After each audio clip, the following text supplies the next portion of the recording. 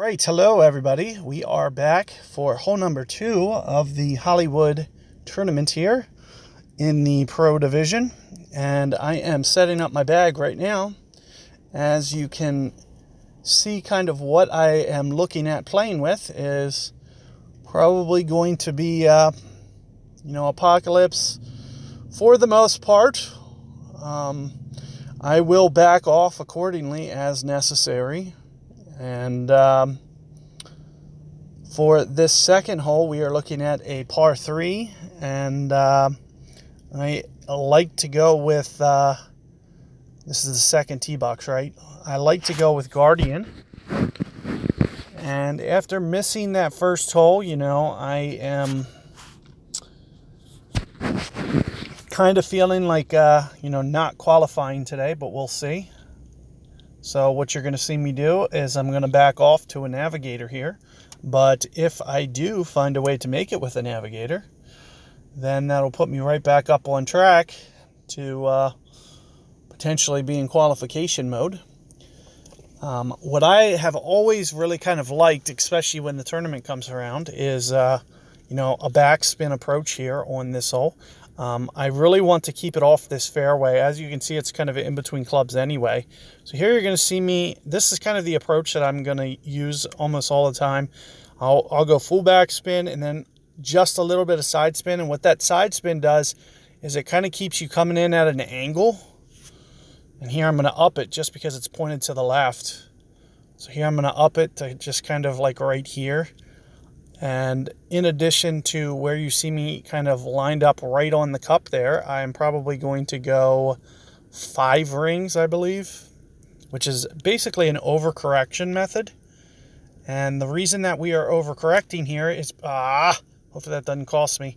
Let's see what that looks like. Ooh, it's coming in even nice. It doesn't backspin anymore. That was perfect. So what you're seeing is it looks like they took away some of the backstop.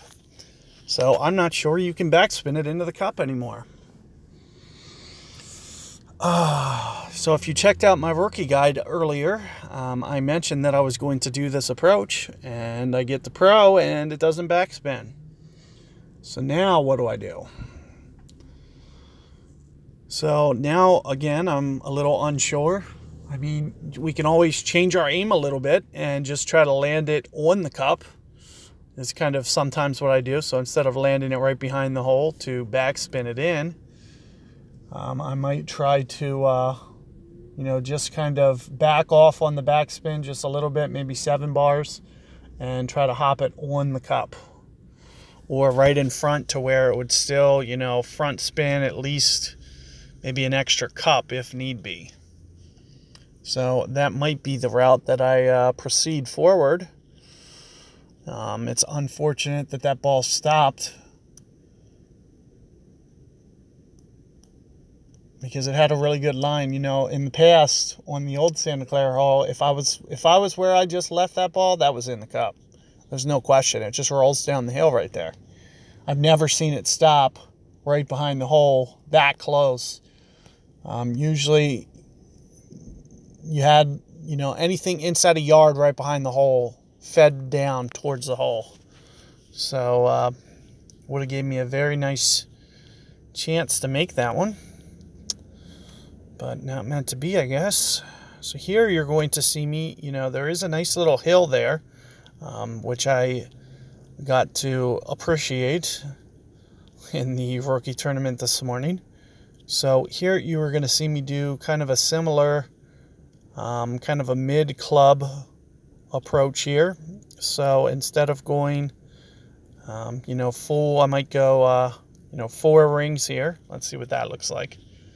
Because that'll help me for later on this hole if this is a correct adjustment. Let's see if it's in the ballpark. It doesn't look like. You might want to go off of max rings here. And there you see it feeding down the hill. I'm assuming no real way of winning this shootout when you roll down the hill other than your partner also rolling down the hill or for some reason going left. Those are the only 2 ways that, don't tell me you're going to actually go left. There you go.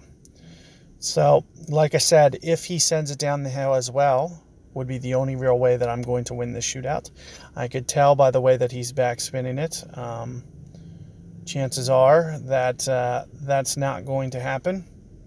But we'll see, because I cannot understand for the life of me how he's aiming this at all. All he needs to do is, like I said, hit it on the very front edge, and that's just kind of the craziest thing. Still might be inside my ball. Nope, not quite.